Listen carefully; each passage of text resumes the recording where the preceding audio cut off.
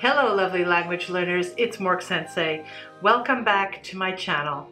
In my last video, I shared 10 websites or apps you can use to find one or more partners for language exchange. In this video, we'll look at who you should ideally choose as a language exchange partner and how to establish an exchange. If you remember from the last video, a language exchange is when you meet regularly with a person who speaks the language you want to learn and who also wants to learn your language. You take turns practicing each other's language and giving each other feedback. I assume that you've chosen one or more online platforms to do this. If you haven't, go back and watch the last video. So now, who should you choose for your language exchange partner? Well, there are 3 requirements you should look for.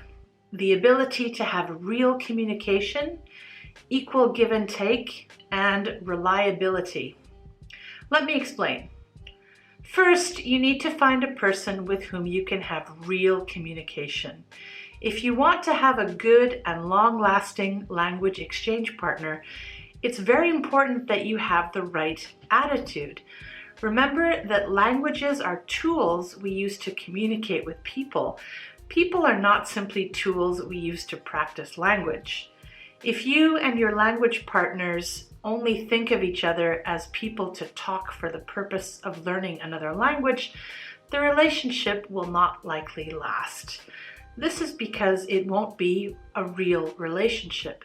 So what this means is that an ideal language exchange partner should be someone who can inspire you, entertain you, educate you, and even comfort you when you're feeling sad. You should be able to do the same for them. If you can open up to each other and share your hopes, dreams, and/or fears, this is real communication. Your perfect communication partner should be just like a friend. Second, you need to find someone who is willing to equally give and take. Not only should you have real communication, but the communication needs to be equal in both languages, as much as possible. This give and take usually can be measured by the amount of time you dedicate or give to communicating in just one of the 2 languages. If you're both at similar levels of language proficiency or ability, this might be easier to evaluate or judge. Third, you need to find someone who is reliable.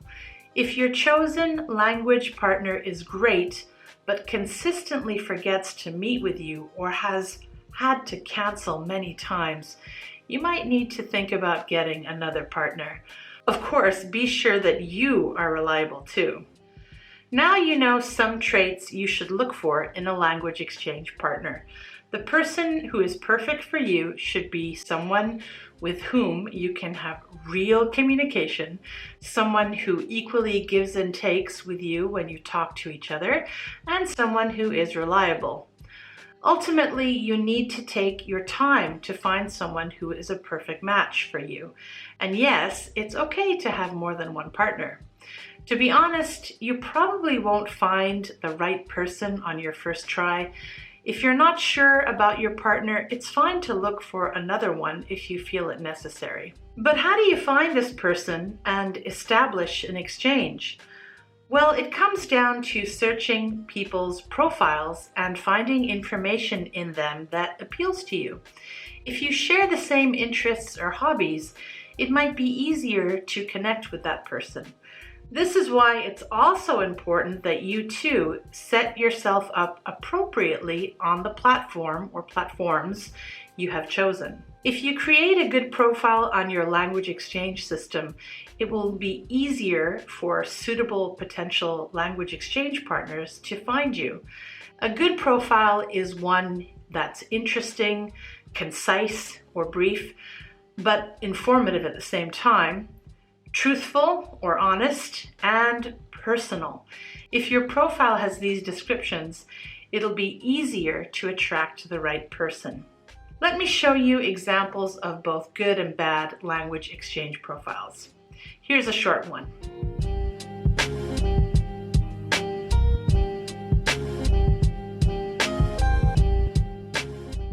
This short profile will probably not help you.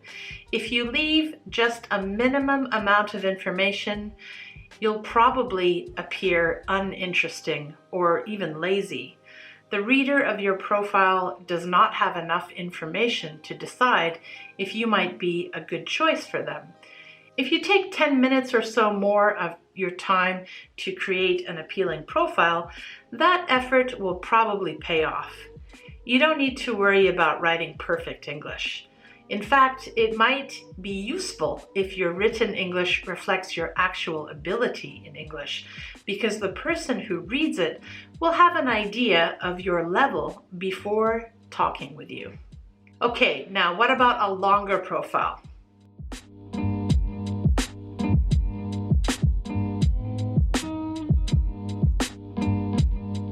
This is better, but just a little. There is still not enough information. What about this one?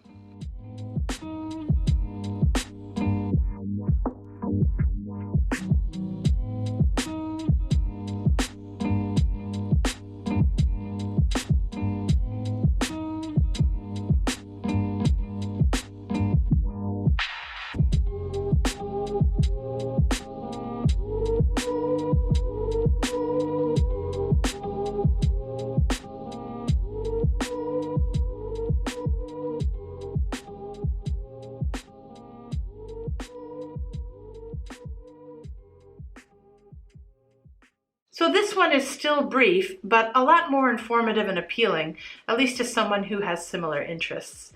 If you're not sure what you should write in your profile, look at those of other people on the platform for inspiration. Ask yourself why you think a particular profile is good, and think of those reasons when you create your own. And don't forget a picture, a real picture. You should be yourself.